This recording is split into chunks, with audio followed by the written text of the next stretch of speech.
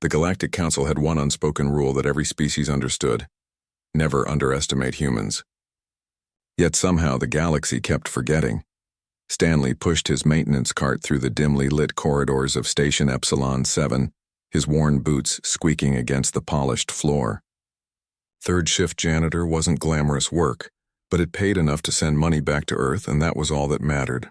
The station hummed with the quiet energy of artificial night cycles. Most of the diplomatic staff and alien dignitaries tucked away in their quarters. He was emptying a trash receptacle near the cargo bay when he heard it. A small, pitiful sound that made him freeze mid-motion. "Please, is anyone there?" Stanley turned slowly. Huddled behind a stack of shipping containers was a creature no bigger than a house cat, covered in iridescent scales that shifted from deep purple to silver in the dim light. Two small wings, translucent and delicate, were folded against its back. Its eyes, ancient and intelligent despite its small size, fixed on him with desperate hope. "Holy," Stanley breathed, recognizing the species immediately. A draconian hatchling, one of the most powerful species in the galaxy, and this little one looked half-starved. "I'm sorry to bother you," the hatchling said in perfect standard, its voice carrying a musical quality that no translator could replicate. "I've been hiding for 3 cycles. I'm so cold and I don't know where my clutch went. Everyone here walks so fast, talks so loud. I just need somewhere warm to sleep." Stanley's heart clenched. He'd seen enough suffering in his 32 years to recognize genuine distress. Without thinking, he shrugged off his jacket and knelt down, holding it out. "Come here, little one. Let's get you warmed up." The hatchling's eyes widened. You're not afraid of me?" "Afraid? Kid, you're shivering like a leaf. Come on." Tentatively, the hatchling crept forward and allowed Stanley to wrap the jacket around its small body. Stanley could feel the creature trembling, its scales cool to the touch despite their metallic appearance. "What's your name?" Stanley asked gently.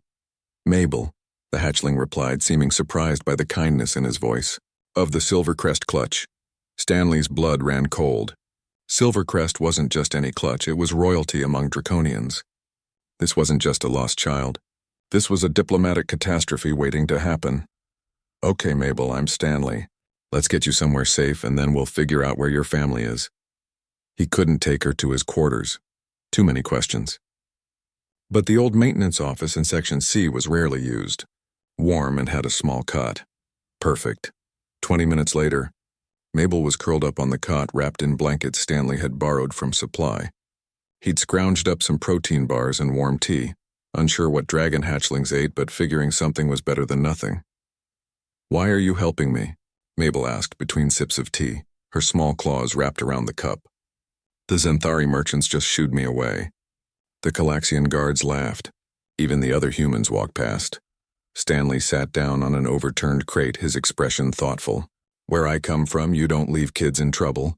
Doesn't matter what species they are." "But I'm draconian," Mabel said softly. "My kind has... We've hurt humans before. The War of Expansion, centuries ago. We took 3 of your colony worlds. That was before either of us was born." Stanley replied firmly. "You're not your ancestors' mistakes, kid. You're just a scared child who needs help." Mabel's eyes glistened with something that might have been tears. In that moment, Stanley understood something profound. For all their power, for all their ancient pride, Draconians felt fear and loneliness just like anyone else. "Rest now," he said gently. "I'll stay until you fall asleep, then I'll make some calls. We'll find your family." Within hours, Stanley's simple act of kindness had triggered a chain reaction across the galaxy. The station's AI, monitoring energy signatures, had detected Mabel's unique draconic signature in Section C and alerted the Council. Within minutes, the Draconian diplomatic vessel had been contacted. Within an hour, Empress Seraphina herself, Mabel's grandmother, had arrived on the station with an entire fleet. The Empress was a terrifying sight, ancient beyond measure, scales like polished obsidian, wings that could blot out stars. She swept through the station with barely contained fury, demanding to know who had taken her granddaughter. When guards led her to the maintenance office, everyone expected violence. What they found instead changed everything. Stanley stood protectively in front of the sleeping hatchling, his expression calm but resolute. "She's safe. She's fed. She's warm. That's what matters." The Empress stared at this small human who dared to stand between a dragon and her kin, Then Mabel stirred, waking with a yawn. "Grandmother," she chirped happily. "This is Stanley. He gave me his jacket and his food and didn't walk past like everyone else." The Empress looked from her granddaughter to the janitor, seeing his worn clothes, his calloused hands, the gentleness in his eyes. She saw the jacket carefully folded beside the cot, the empty protein bar wrappers, the cup of tea. Slowly, the ancient dragon bowed, something no one present had ever witnessed.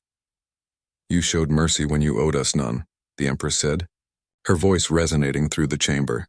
"You gave comfort when others gave only indifference. Human Stanley, you have earned the eternal gratitude of the Silver Crest Clutch." What happened next became legend. The Draconian Empire declared Stanley a friend of dragons, a title not bestowed in over a millennium. Trade routes that had been closed to human vessels for centuries opened overnight. Medical technology, scientific knowledge, and cultural exchanges flowed freely. The tentative peace between humans and Draconians transformed into genuine alliance, all because a janitor stopped to help a scared child. Years later, when ambassadors asked Stanley why he'd risked diplomatic incident to help Mabel, he simply shrugged. She was cold and scared. What else was I supposed to do? That perhaps was the most human answer of all. And the reason the galaxy was slowly learning that humanity's true strength had never been their weapons or their technology. It was their refusal to walk past someone in need, even when that someone had scales, wings, and could one day breathe fire.